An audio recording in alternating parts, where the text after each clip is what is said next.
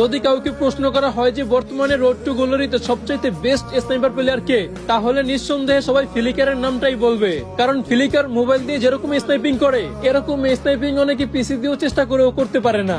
যদি কাউকে প্রশ্ন করা হয় যে বর্তমানে বাংলাদেশের স্নাইপার কিং কে, তাহলে সবার প্রথমে কুরুল গেমিং আর কাব্য ভাইয়ের নামটাই চলে আসবে। কারণ বর্তমানে কুরুল গেমিং এর মাথা নষ্ট করা স্নাইপিং করা দেখলে যে কেউই তার গেম প্লের প্রেমে পড়ে যাবে। শুধু তাই না, বর্তমানে কাব্য ভাইয়ের স্নাইপিং করা একটু খারাপ গেলেও একটা সময় কাব্য ভাইয়ের স্নাইপিং করা দেখলে সবার চোখ কপাল উঠে যেত। কি ভয়ঙ্কর লেভেলের স্নাইপিং করতো সেই প্রাইম ইটস কাব্য।